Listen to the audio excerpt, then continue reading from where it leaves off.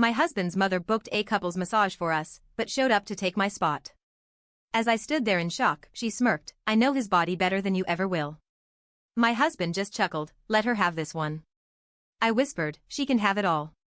The next morning, they found my wedding ring in the trash. It was supposed to be a surprise. Our anniversary was coming up, and Daniel told me to keep the weekend free. I actually got excited. I thought, maybe he's making an effort this time. A few days before, he told me his mother, Cynthia, had arranged something special for us, a couple's massage at a high-end spa. We were sitting on the couch when he said it. Scrolling through his phone like this was totally normal. I blinked. His mother? Why would your mom be involved in our anniversary? I asked, trying to sound casual. She wanted to do something nice for us, he said. It was her idea. It didn't sit right with me. Cynthia never did anything unless there was something in it for her. But I told myself I was overthinking. I should have trusted my gut.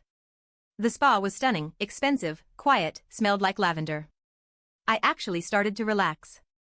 We checked in at the front desk, and as I was about to confirm our reservation, the receptionist smiled and said, "Oh. Your other guest has already arrived. She's waiting in the lounge."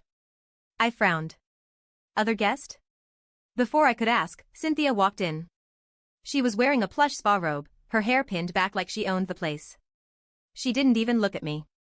She went straight to Daniel, smiling like a proud wife. "Oh, sweetheart," she cooed, placing a hand on his arm. "I took care of everything. You don't need to worry." Then she turned to me and smiled, a smile that didn't reach her eyes. "I know his body better than you ever will," she said, voice smooth and sweet. "So, I'll be taking your spot." My heart stopped. I actually felt my brain freeze, like it couldn't process the words coming out of her mouth. I expected Daniel to say something. Anything. Instead, he chuckled. Chuckled. Like this was funny. Like it was some kind of joke. "Let her have this one," he murmured, looking at me like I was being unreasonable. I felt like I was outside of my own body, watching this scene unfold like it was happening to someone else. Cynthia just smiled. Smug. Triumphant. Something inside me shifted. I whispered, "She can have it all." Then I turned around and walked out. I didn't cry. I didn't scream. I went home, packed a bag, and thought. 5 years. 5 years of her inserting herself into every decision, every argument, every moment that should have been about us. 5 years of her calling me that woman instead of my name. 5 years of Daniel never setting boundaries. 5 years of knowing, deep down, that I would always come second. I wasn't angry. I was done. The next morning, I took off my wedding ring and threw it in the trash. Daniel found it before he even got his coffee. He picked it up, confused, turning it over in his hand. "Babe?" I was zipping up my suitcase. He looked between me and the bag, still holding the ring. "What are you doing?" "Leaving." His face scrunched like a child about to throw a tantrum. "Leaving? Because of yesterday? That's ridiculous." I laughed. A real laugh. One that felt lighter than anything I'd felt in years. "This isn't about yesterday," I said. Yesterday was just proof of what I already knew. Cynthia stormed in, because of course she did. She took one look at my packed bags and gasped like I had just murdered someone in the living room. "Excuse me?" she shrieked. I turned to her, smiling. "You wanted him? You got him." She looked at Daniel like she expected him to fix it. But for once, he was silent. I grabbed my bag and walked past both of them. But I wasn't just leaving. I was about to take everything. Daniel was lazy with money. He made good money but never managed it. Cynthia always helped him with bills. Not because he needed it, but because it gave her control. What neither of them realized. I had control, too. See, Daniel had added my name to their joint account when we got married. He never thought twice about it. He just wanted me to help manage things while he let Cynthia make all the decisions. Which meant I had full access. And full access meant I could drain it. And that's exactly what I did. Daniel and Cynthia were obsessed with appearances. They had a huge house, way too huge for 2 people. Here's the thing. The house was in both of their names. And Daniel had been using my credit to keep up with payments when Cynthia fell short. Which meant I had proof that I had been paying for a house I didn't even live in anymore. So, I called the bank. And I foreclosed it. Cynthia loved her car. A brand new luxury SUV. Paid for by Daniel. Except, technically, paid for by me. It was in my name. So I called the dealership. And I had it repossessed. The calls started that night. First Daniel. Then Cynthia. Then Daniel again. 12 calls. Then a text. What did you do? Cynthia is freaking out. The house, I didn't respond. The next morning? Another text. Are you serious? My mom is in tears. I can't believe you would do this. I stared at my phone and laughed. Because there it was. Not a single question about me. Just his mother. I turned off my phone. Let them figure it out. For the first time in years, I woke up without a pit in my stomach. No more forced smiles, no more pretending Cynthia didn't make my skin crawl, no more waiting for Daniel to grow a backbone. I checked my phone. 26 missed calls. Half from Daniel. Half from Cynthia. I smiled, stretched, and ignored them. I was finally free. Or so I thought. That afternoon, I was packing up the last of my things from our shared apartment when I heard a loud bang at the front door. Then another. Then screaming. I didn't even have to look. Cynthia. I took a slow sip of my iced coffee before opening the door. And there she was, hair a mess, mascara running, rage practically oozing out of her pores. Behind her, Daniel stood awkwardly, like he wasn't sure if he was here to yell at me or beg me to come back. You ruined our lives. Cynthia shrieked, stepping forward like she was about to lunge. I raised an eyebrow. Did I? Daniel groaned. Just let us talk. Us. There it was again. He didn't say can we talk or I want to fix this. He said us. Like he and his mother were a package deal. Like she would always come first. I leaned against the doorframe, making a show of taking another sip of my drink. What exactly do you want to talk about? Daniel's jaw clenched. The house, the bank accounts, the car, I cut in. So, not me? His nostrils flared. Cynthia shoved past him. You stole from us. That money wasn't yours. I let out a small laugh. You mean the money from the account that had my name on it?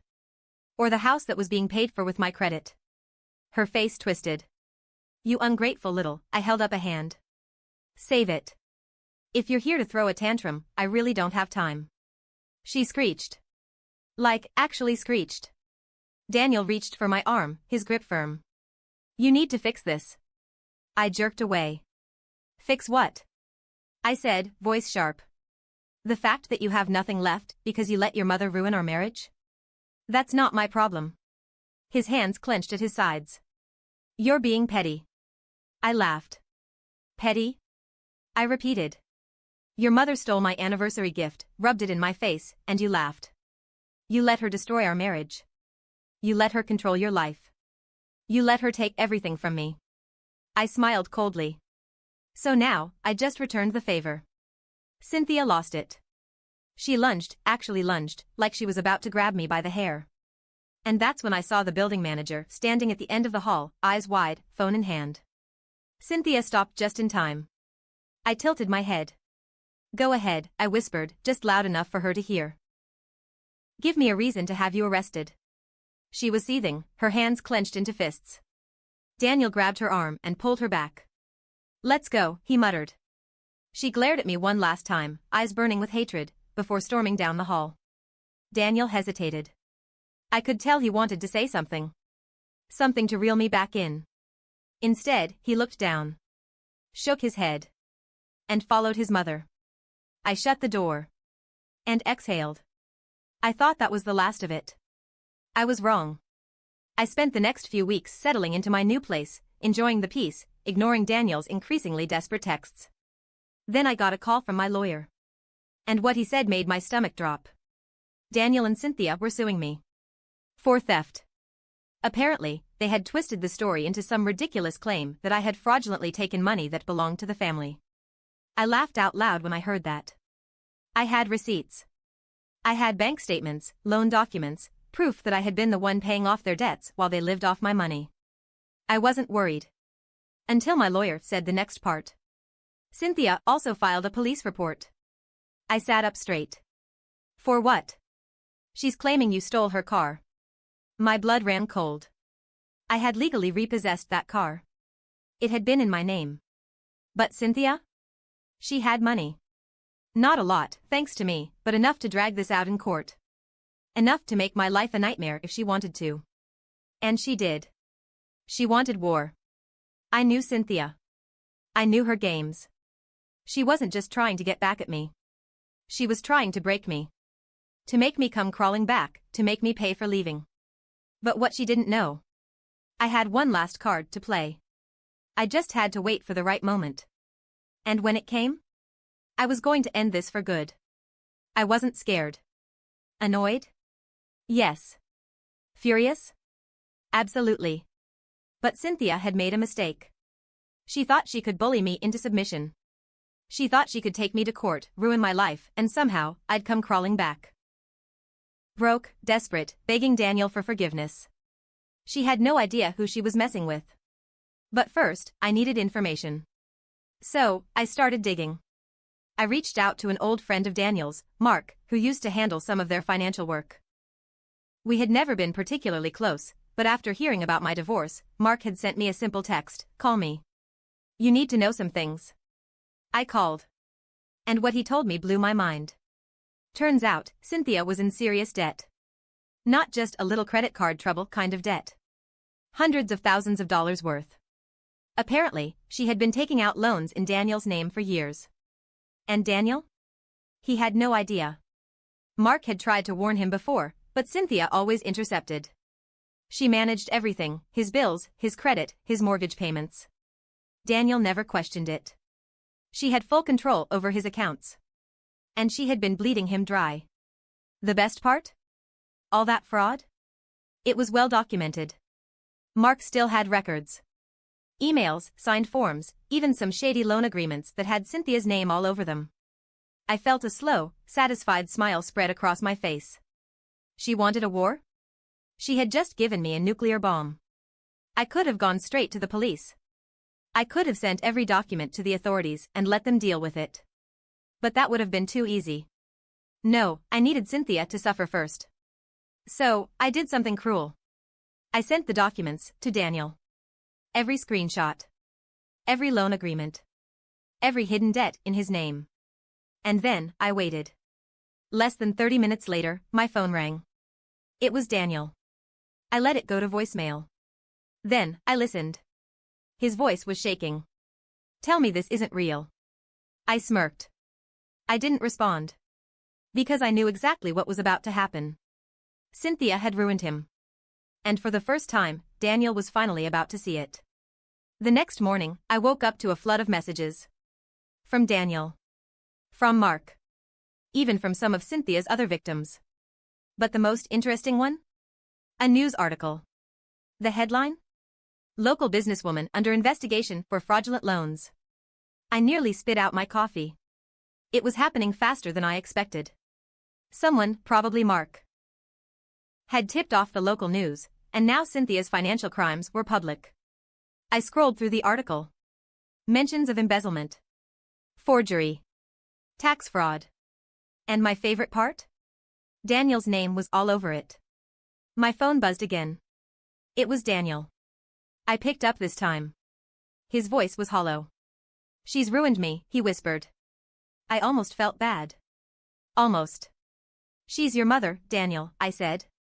"You always let her have her way." Silence. Then, softly, "What do I do?" I leaned back, smiling. "Figure it out," I said. Then, I hung up. I knew Cynthia wouldn't go down quietly. I expected more lawsuits, more threats, more public meltdowns. What I didn't expect? For Daniel to finally grow a spine.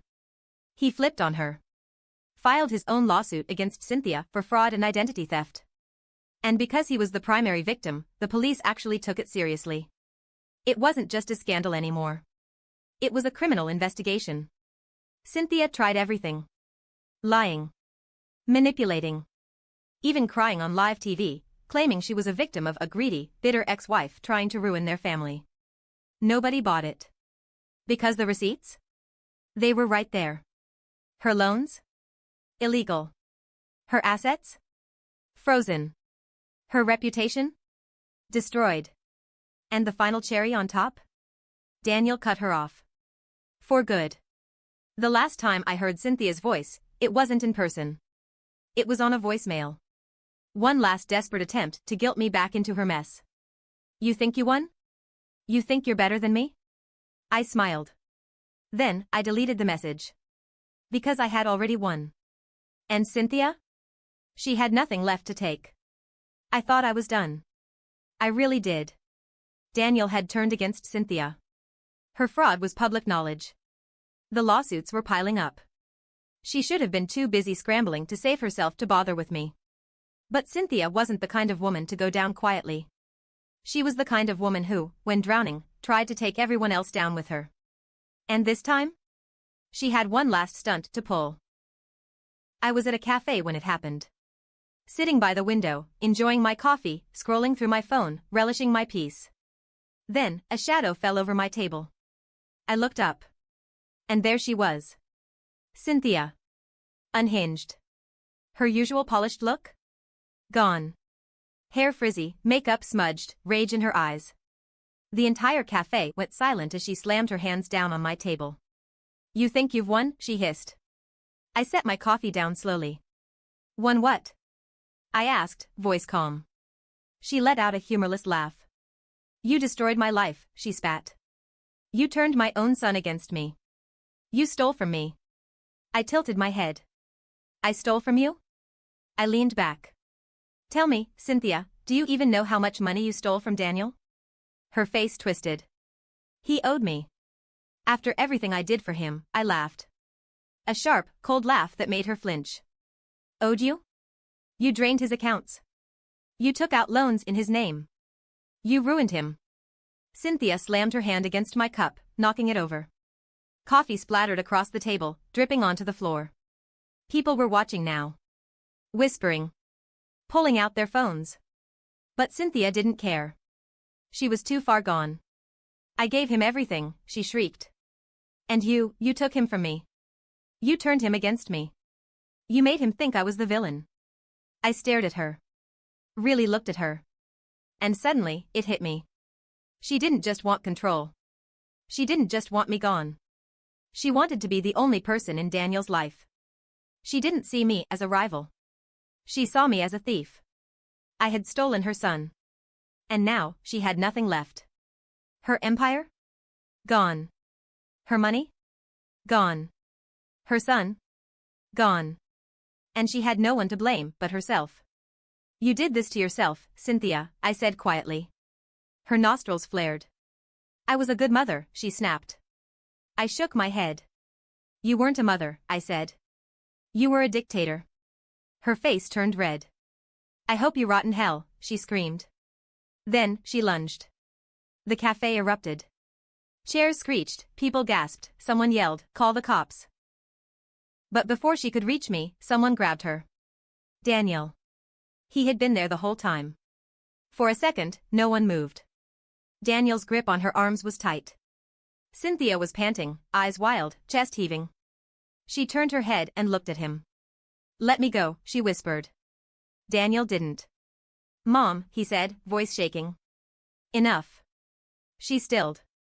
Like she couldn't believe he was really stopping her. Daniel, she pleaded. But he shook his head. You've done enough damage, he said, voice cracking. Her lips trembled. I did everything for you. Daniel exhaled sharply, like he had been holding his breath for years. You did everything for yourself, he said. Cynthia let out a broken sound. Like a wounded animal. Her last card had been played. And she had lost. Daniel looked at me. His face was haunted. I'm sorry, he whispered. And for the first time, I believed him. But it didn't matter. Because it was too late. The cops arrived minutes later. They didn't arrest Cynthia. But they did escort her out. Daniel left without another word. I sat there for a long time, staring at the spilled coffee, listening to the murmurs around me. Then, I picked up my phone. I blocked Daniel's number. And Cynthia's. And then? I walked out. For good. A year later, Cynthia was bankrupt. Her fraud cases ruined her reputation.